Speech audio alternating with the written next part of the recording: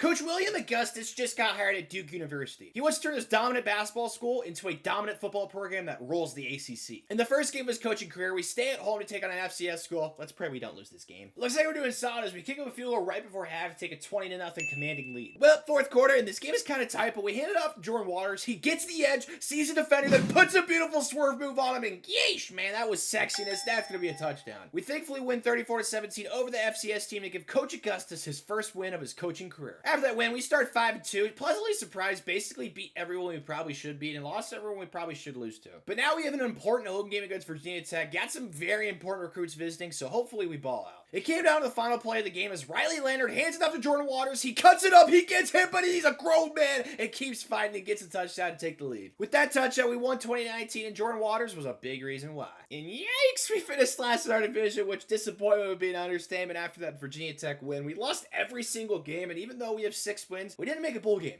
which is depression. We had some quality players graduate, even had 2 young bucks get drafted, which is awesomeness. Thankfully, though, we picked up 2 transfer portal additions like MJ Morris from NC State. Could easily be our starting quarterback after Riley Leonard graduates. He's a big get. Signing day has arrived and it's kind of ninja-like, very stealthy. It's a sneaky good class for our first year. David Magnum and Darren Rogers were both 3-stars that are easily going to outplay the ranking. They are really high overall.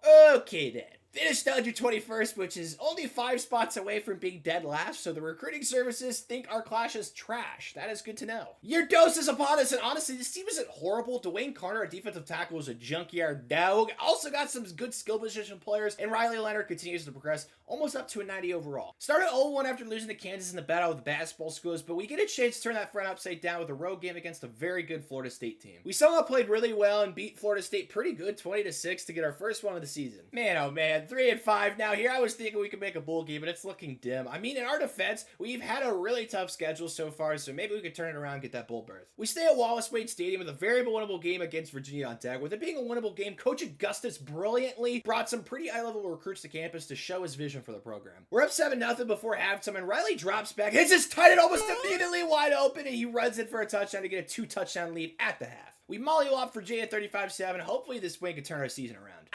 Yes, success. Love to see it. We finished 7-5 after winning out the rest of the season and actually beat a ranked North Carolina team on the road, which is a huge win. And we finally get the bowl berth we've been waiting for in the SDCCU Holiday Bowl against Oregon State. So let's see how this goes. Up 14-9 in the late fourth quarter. If we can get a first down here, it's game over as Riley hands it off to Jaquez Moore and he runs through the hole and he gets the first down. And Coach Augustus will win his first bowl game. A big credit to that, though, is RJ Oben, who balled out on defense and was absolutely everywhere. Robert Tanner's leaving Duke, putting my name to shame, sadly, but he's on to greater pastures. We convinced Riley Leonard to come back, but we had a surprising amount of NFL draft picks, losing some really high-level players like Dwayne Carter, Graham Byrne, and Eli Pankel. I think that's how you say it, so we're going to have to reload. Well, that's certainly helpful. Another great transfer addition for Coach Augustus. Drew Sims from Clemson, another ACC kid transferring here. Absolutely love to see it. Another really good class, in my opinion. Some of these kids like Rashawn Pennington, maybe a 3-star, but he's a high overall guy. We had a more 4 and 5 stars a cycle like Joey Koch, I don't know how you say his name, and Joey Miller. Both look like they will be great for us. The class finished 37th in the country, which is almost an 100-spot jump from last year, so that's excitement. The team just isn't as good at the top as it was last year, but there's way better depth in my opinion. Jordan Moore at wide receiver will be Riley Leonard's best friend for his final season at Duke. And hopefully for Riley's sake, we can win in the ACC in his final year. We start 5-2 to the season, pretty solid start after beating Florida State again this year, but we got spanked by Clemson and Wake Forest, which blows. But we get another chance against a ranked opponent, this time at home against Miami. Before half, we kick a field goal to take a 13-7 lead. Now we just gotta hold on. And we do just that, winning 27-10 for a huge momentum builder at home. Jaquez Moore continues to put the team on his back. The kid just keeps balling out. He's unbelievable. After that impressive win at home, we had a ton of the recruits on the board commit to us, so that was an amazing weekend for Coach Augustus in the recruiting department. We're now sitting at 9-2. We haven't lost since that Wake Forest game. The momentum has been insane for us, beating 3 conference opponents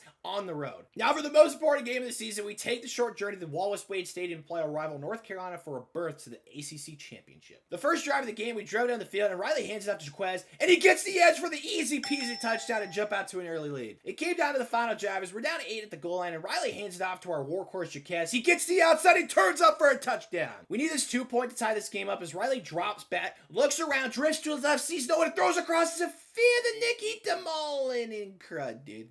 We lost. Sad loss for us. Riley is a pissed off hyena, and now he can't go to the ACC championship, man. We do get the opportunity to play Florida in a bowl game, so hopefully we can end the season on a high note here. Down 11 in the fourth quarter, the light at the end of the tunnel is looking very distant with Riley Leonard injured, but MJ Morris rolls to his right, looking deep. He touch passes it to Samir Haggins. That's a beautiful throw. Oh my gosh! That's an even more beautiful catch for the touchdown. We go for two, and MJ sits and is patient. Hits Malik for the 2-point conversion. Our defense got to stop. We have a chance to steal this game with less than 40 seconds left. MJ fakes it to Jaquez, sits and looks for the tight end, and shnikes. Yep. We lost. And MJ is visibly upset. He didn't get his good friend Riley a win to end his college career. Our dear friend Riley Leonard's off to the NFL. We lose some decent starters, especially on defense with Joshua Pickett, but Coach Augustus has this team trending in the right direction. We just got to keep on plugging. Super duper excited about this class. Coach hit it out of the park. A ton of high-level guys like Daniel Davis. And we signed an absolute haul on the offensive line. That unit will be elite for a long, long time. And it makes sense. We got our first top 25 class for Coach Augustus, which is great. Recruiting continues to improve. Year 4 is here, and just like Megan Fox, the more I look at this team, the more I fall in love with them. Our wide receivers are insane with Jordan Moore, Malik, Bowen, Sims, and Samir Haggins, and it'll be MJ Morris's first full season as a starter and head man of the ship. We start 4-1, ranked at number 16 in the nation. We lost to Northwestern, which, like crypto, makes no sense, but every other game has been a dub. But now we welcome a ranked Wake Forest team to our home field, hoping to pick up a ranked win right here. With just 10 seconds left, we need a touchdown here as MJ drops back, rolls to his right, looking downfield, hits Samir Haggins for the touchdown and the 1-point lead. On the last play, their quarterback heaves it near the end zone and floats in the air for eternity. It's kind of like slow motion, and we pick it up and we get the W at home for a big, big win. Man, this just makes Tanner smile. We're now 10-1. Haven't lost since that blunder against Northwestern, winning every other game up to this point where we traveled to Chapel Hill to play the number 2 ranked Tar Heels for a chance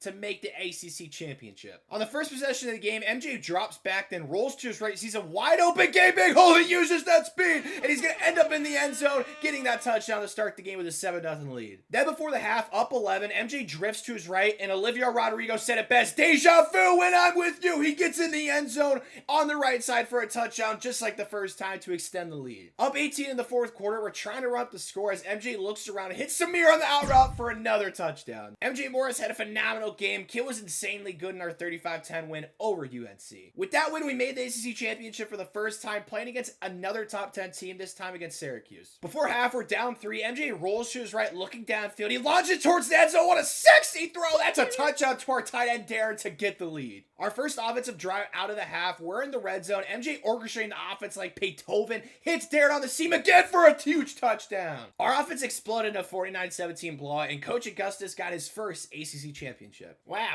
didn't expect that. MJ Morris winning the Heisman, absolutely love to see it. Quite the odd playoff here. We're playing Northern Illinois. Hopefully we can secure a natty berth and beat them. Up 28-21 before half. They hand it off. No one is able to tackle him, and he ends up escaping to well, yeah, that's not good. We're not going to catch him, man. God, that blows. With 14 seconds left, we have a chance to win here as MJ drops back and tries to hitch, and it gets knocked out. Shoot. We play it smart and take our field goal to tie it up and secure overtime. In overtime, MJ hands it off to Tyrone Lane, and we get in there for a huge touchdown. Coach Augustus opts to go for 2. We run a read option. We keep it with MJ. We may have an opening. Nope.